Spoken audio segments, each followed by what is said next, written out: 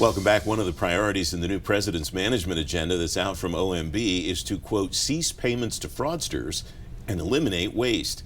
Financial management leaders across government tell me they're looking at ways they can use technology to do that.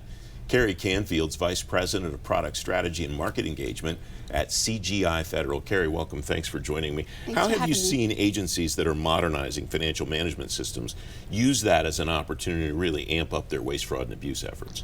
Yeah, so the President's executive order in March 2025 entitled Protecting America's Bank Account from Fraud, Waste, and Abuse put financial management systems consolidation squarely in the middle of payment integrity. And the intersections across the different domain areas is so key.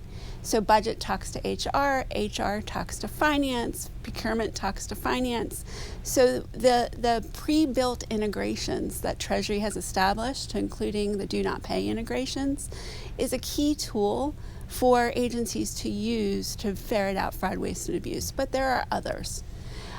Agencies right now are piloting with artificial intelligence tools and techniques, ways to use commercial data sets to validate before I make the procurement or before I make the payment, the payee or the awardee is who they say they are, and using AI to ferret out various fraud schemes and present back to the agency a risk profile before the payment goes out the door. Is that maybe the biggest opportunity that agencies have with this new technology, is being able to assess the risk that they have to prevent pay and chase, is what people have talked about improper payments for years? Yeah, so you want to start where your internal controls are the strongest, and payment integrity is an area where the internal controls processes are strong.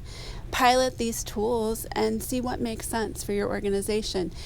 You may want to assess programs at different levels of risk profiles, right? It makes sense where you have the highest risk is where you want to put your time and attention. And you anticipated my next question, which is, would you advise an agency to start a pilot program on a high-risk program or a low-risk program to get what kind of a sense these tools are going to yield? Yeah, pilot something first.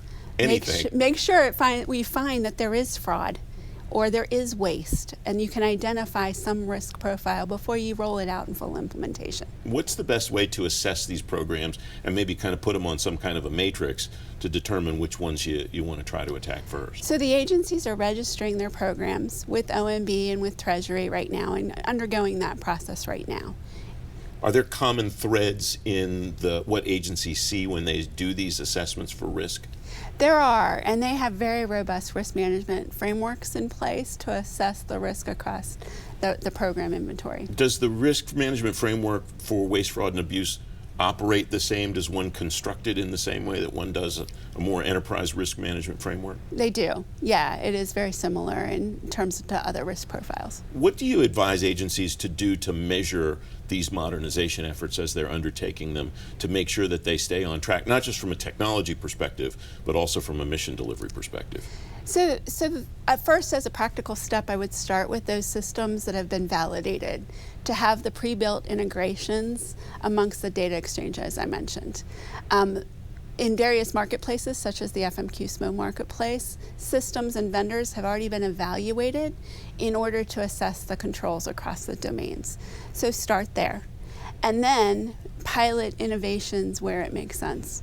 The thing we're seeing clients do with their fraud, waste, and abuse tools is they're implementing it within their own security domain so that they don't have to share it across agencies. What's the benefit to that, or what's the potential risk if they did have to share across agencies? If they have to share across agencies, they have to do the Computer Matching Act and the Privacy Act considerations and open up things in their firewalls to make sure that they can share the data across the profiles. What will ultimately facilitate that? Is there a point where that will become necessary because of something that OMB or an executive order has told them they have to do? Is that something that you don't anticipate being an issue for a while to come? Treasury is certainly putting time and attention towards that. The president's executive orders talk about data sharing, and a lot of yeoman's efforts have been made in order to share data across agencies.